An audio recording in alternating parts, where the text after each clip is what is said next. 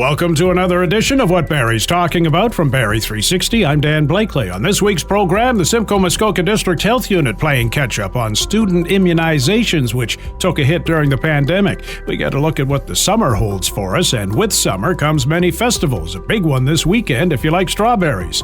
But first, summer arrived this week, as you know, and while daylight starts to dwindle, the temperature starts to rise, and it could rise a lot.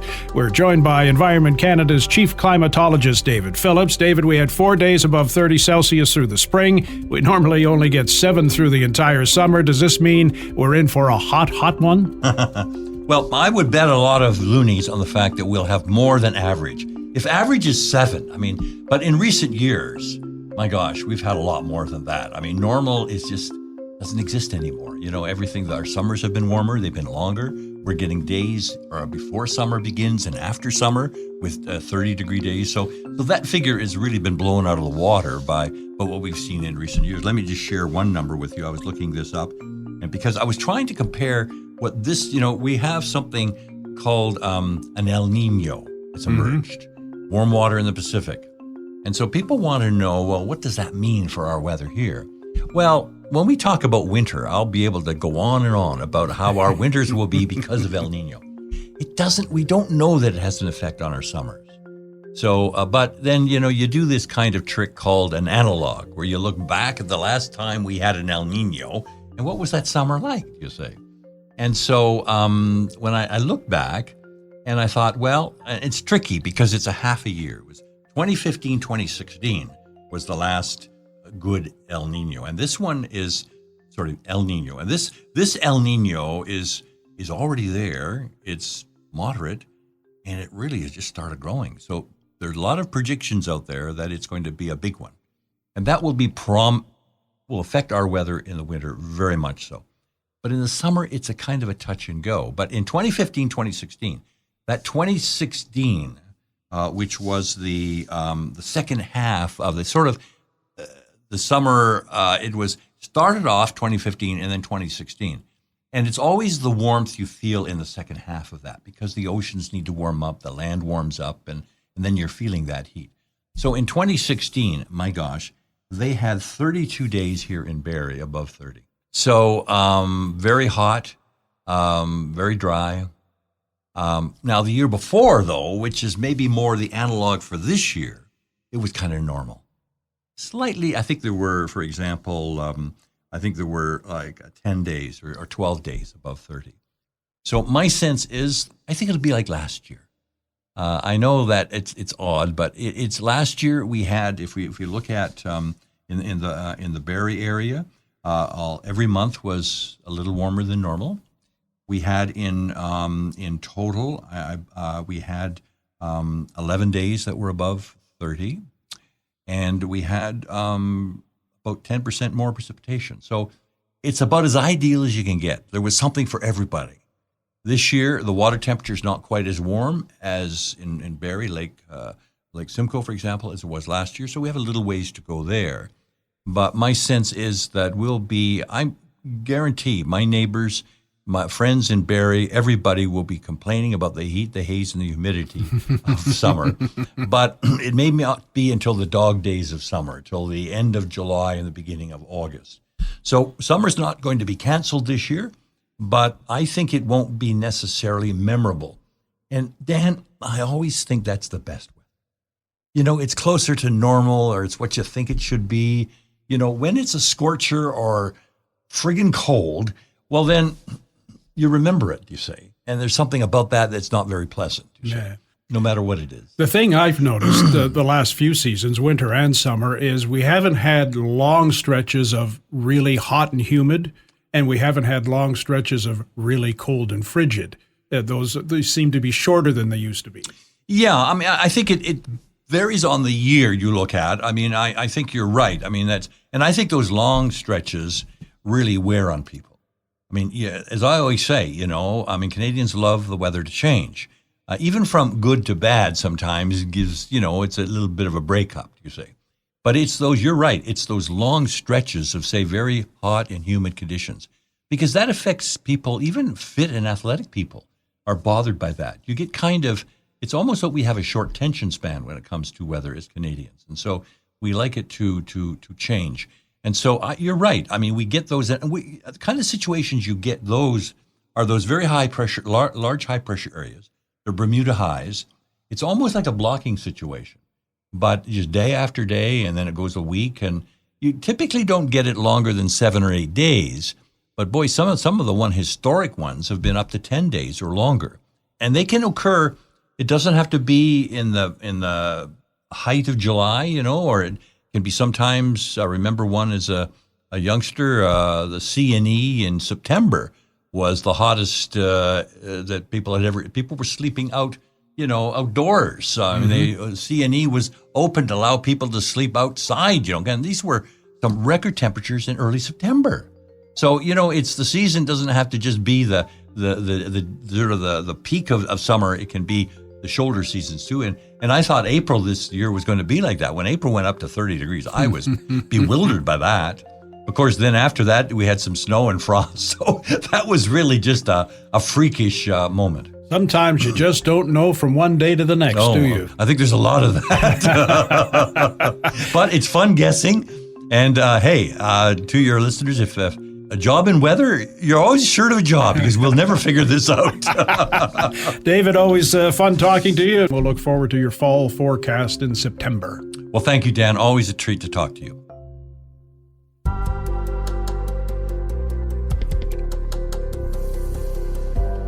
Something to think about this summer, immunization, kids' immunizations in particular, which fell by the wayside during the pandemic. The Simcoe Muskoka District Health Unit running a catch-up, keep-up, stay-on-track program this summer. Deanna Thompson is Immunization Program Manager with the Health Unit. That's right. The last 3 years have been rough on many families to keep up to date with, seeing family physicians and healthcare providers on a regular basis. And one of the pieces then that has been missed is routine immunization.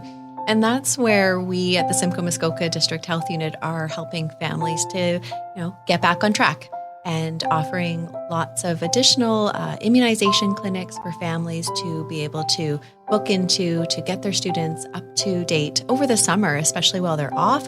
So not taking away time from school and other important activities. And so we're really just trying to focus on families getting their children up to date. And that's the thing every year, right? Coming up to the end of the summer, there's this rush. Oh, I got to get the immunizations done, or do I have to get them done, or which ones need to be done? Right. So we, every year we do look at all of the students in Simcoe Muskoka area and making sure that all students are up to date based on their age. It is part of our legislation and being part of the Immunization of School Pupils Act. So it is part of our due diligence as a health unit to make sure students are up to date. So we mail letters home to families, or they'll be letters that get sent home in backpacks with students. And it gives the parents an opportunity to look, oh, I've missed that. Or, you know what, we've had these vaccines. And in fact, I just need to report that to the health unit. And I think one of the pieces that families miss is that, they might get an immunization with a healthcare provider, but it's the parent's responsibility to report it to the Simcoe Muskoka District Health Unit or any health unit, in fact, across the province. And as I recall, you don't need to get immunizations every year. There's a space in between. Correct. You receive more immunizations in infancy. So as we build the body's immune system and we receive more immunizations. However, once you reach school age, you receive them generally once you enter school and then about 10 years later. And in the grade 7, 8 year, because we're doing grade 7s and 8s this year right now for catch-up, there are grade 7 vaccines that we offer in school for families. And I would suspect that if you're not sure how up-to-date your kids are and you can't find any record of it, that's a pretty good indication you should maybe find out. That's right. So just, calling in and talking with one of our public health nurses or our other nurses on the phone line, look at what we have on file, maybe provide some suggestions on how you might be able to obtain those records. If you've had a healthcare provider in the past and maybe they've left practice, how do you go about getting those records? We don't want to over-immunize. We want to appropriately immunize students to be protected.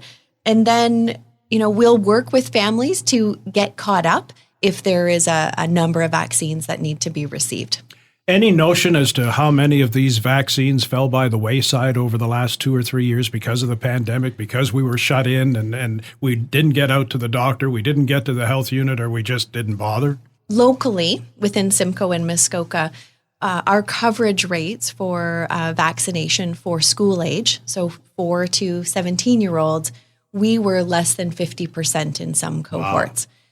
But with some of our immunization work and surveillance work and letters being sent home, with the high school students in particular that we've been working with in the spring and we're working with over the summer, our rates have come up significantly. So ultimately, we 100% coverage rate is ideal, but we'll never get to that point. But we certainly strive for it, and we do hope that by September that high school students will all have been given an opportunity to get caught up, and that will be pretty close to full coverage. There were many, many, many discussions during the pandemic about immunization and COVID vaccines and should I, shouldn't I, don't want to, not going to. Have you had a lot of people calling and asking, do I have to get all these other immunizations? Should I? Are they safe? Sure. Yeah, I think that's a common question as a parent. As parents, we need to ask questions. We need to make sure that our children are safe. And what we know is that immunization is by far one of the safest practices. It is public health's biggest accomplishment in history, and we will work with families.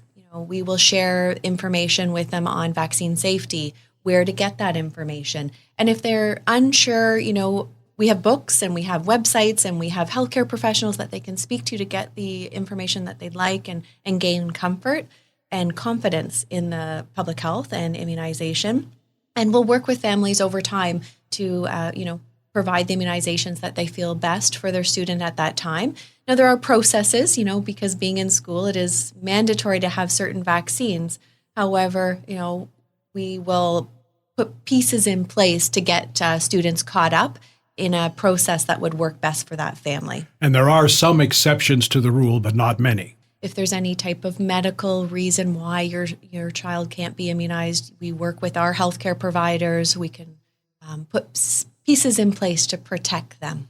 $1 million question. If we don't have a healthcare provider that we go to regularly who looks after these things for us, where can we find out whether we need to and get? You can call Health Connection at 705-721-7520. You can speak with a nurse on the phone line, look at what you're due for or overdue for, and we can book you into an appointment at our nearest clinic across Simcoe, Muskoka. And can people just drop in unannounced, or should they make an appointment? You definitely need to book an appointment for that, because we do only keep vaccine in certain locations, and we replenish every week based on what is being booked for that week. And they do that at the health unit's website? You can go online to our website and book online. You can call into our Health Connection line as well and book that appointment over the phone. Thanks so much for the update. Very important stuff. We'll hopefully get everybody up to snuff by the end of the summer.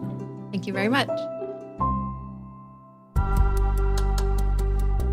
What Barrie's Talking About is a weekly podcast featuring the best Barrie and Simcoe County have to offer and more. We've covered a lot of ground since we began last summer. Met Lee Kittiju of Barrie, who's making a name for himself and the city in the world of jiu-jitsu. Explored the world of wrestling in Barrie and learned how the What 3 Words app can help get you found when you've lost your way. You can get caught up and make it easy to keep up in the future by subscribing to What Barrie's Talking About through any podcast distributor.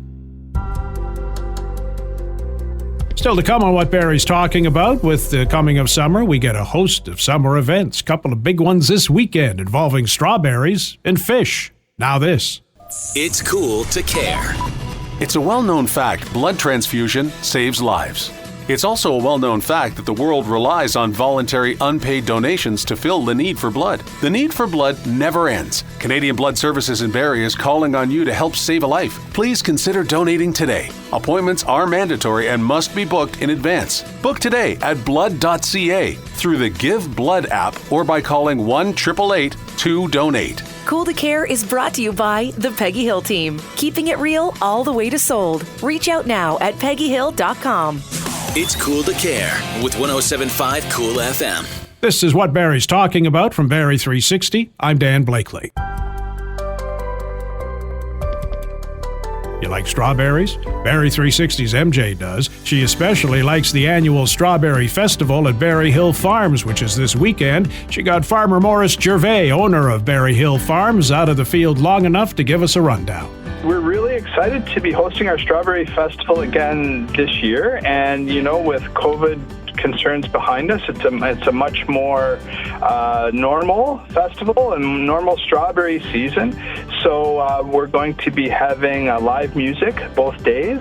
There'll be magicians here for the kids. Our Silo Cafe is open, where we've got all kinds of strawberry treats. We've got strawberry paninis. We've got our famous strawberry frozen yogurt. So there's going to be lots of things to do, and it is really exciting because, school's almost over, and that means when strawberries are here, it means summer's here too. So it's really exciting. We have a lot of new people are coming into this area, to Simcoe County, in droves. And if they're not really familiar with Barrie Hill Farms, you guys are a market, but you're a pick your own. You're sort of everything, right? Well, yeah, but one of the unique things about our farm is we offer something to pick all season long. So you can come and pick your own fruits and vegetables from May right through until October. We started with asparagus. Our pick your own asparagus is finished now that we've moved on to strawberries. But from strawberry picking, we'll have peas, green and yellow beans, raspberries, blueberries, and our strawberry season continues on in August right through till October with our fall strawberries, and then we have apples and pumpkins. So there's something for the family to pick and enjoy fresh from the farm every day from now right through until October. And one thing about your market, if you guys don't grow it, what I noticed is that you guys always try and source locally if you can, even if within Ontario, even when it even comes. Absolutely. Yeah, absolutely. It's all Ontario all the time. And so, we can't grow every crop here at our farm. So some of the other specialty farms that are close by in Ontario are the farms that we support. So all of our carrots and onions and kind of root vegetables are pretty much come from the Holland Marsh. Once we get later into the summer, we bring in cherries and peaches and all kinds of tender fruit from Niagara. So you can be assured that if it's not grown right here on the farm, it's not grown too far away. It's all within Ontario. And of course, we love our healthy stuff, but you guys also have some of the best snacks. My family actually gets mad if I come back without kettle chips. Yeah, well, but you know what?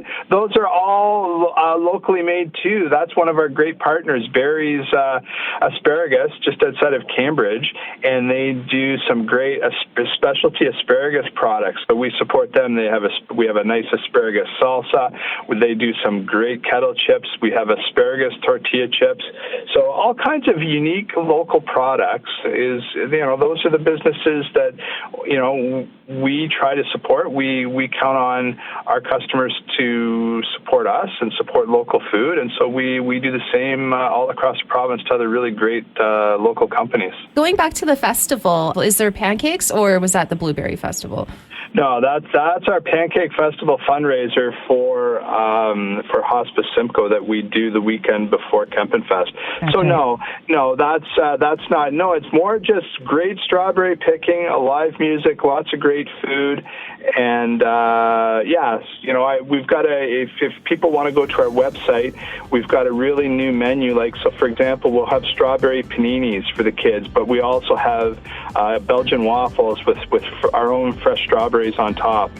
So, and of course, local maple syrup. So it's all local all the time, farm fresh food, and it looks like the weather's going to be fantastic. If you've not been there, you'll find Barrie Hill Farms at 2935 Barrie Hill Road in Springwater. Take Carson Road from Bayfield Street, it becomes Seaton Road, and keep going till you hit Barrie Hill Road. Something else to do this weekend? Go fishing with the kids. It's the Kempenfelt Rotary Club's Kids Fishing Weekend. Our Ian McLennan gets the details from incoming club president Joni Bell. What is Kids Fishing Day, and how do you get involved? So Kids Fishing Day is a great day for the Kempenfelt Rotary Club to give back to the community. The event is completely free.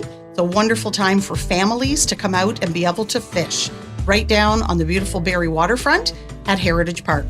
So there are lots of events outside of the fishing. There is bouncy castles, we have reptiles, the Cubs and Scouts are going to be there with a booth. There are a lot of other great fun events for families to do in addition to the fishing.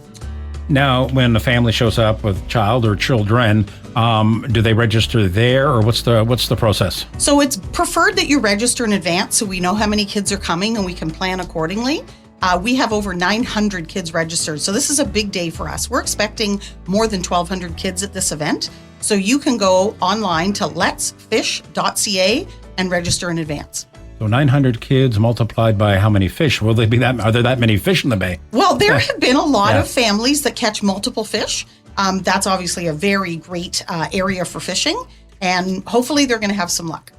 And they can line the entire, area of Heritage Park. I'm told you have some volunteers there too? Yes, we do. There's a lot of volunteers there to help assist. Cabela's also really stepped up to the table for us this year, providing fishing rods. We have free bait for everyone, and the volunteers will help those that aren't familiar with fishing and be able to help support that. So if you don't have a fishing rod, or there's costs that just aren't, you might have a few fishing rods available then. That's correct. So we do have fishing rods. If you have your own favorite fishing rod in your tackle box, we always encourage you to bring that down. But for those that don't have a rod, we absolutely have that available, and it's yours to keep. And age, what is the age limit where you can participate in this? We say it's for children, so I would say that the kids that are going to enjoy this would be those from junior kindergarten up to about grade 6. Okay. It's not a contest per se, right? It's just a time to enjoy with the family and enjoy the sport. Absolutely. That's exactly what it's about, is family time and getting people involved in fishing. It's a really great sport, especially if you can do it with your family, but it's certainly not a contest in any way. And this is another example of the Rotary Club giving back to the community. Absolutely. This is one of the best events that we have for the entire community. Our entire club gets together. They're bringing their friends and their family down to volunteer on this day. And it's just always been a great event for our club. And a fishing license, are there any requirements there, though, just in case? So this particular day, no license is needed, which is why we hold kids fishing on this particular weekend every year. And that's our program for this week. Thanks to Ian, MJ, and Will for their input, to Matt Latter for his technical expertise, and to you for listening. If you like what you've heard, please subscribe to What Barrie's Talking About, rate it, review it. You can also keep up with What Barrie's Talking About on Facebook and Twitter at Barrie360, on our website, Barrie360.com, and on our daily Kickstart podcast, available from any streaming service and on our website. I'm Dan Blakely. Hope you'll join us again next week.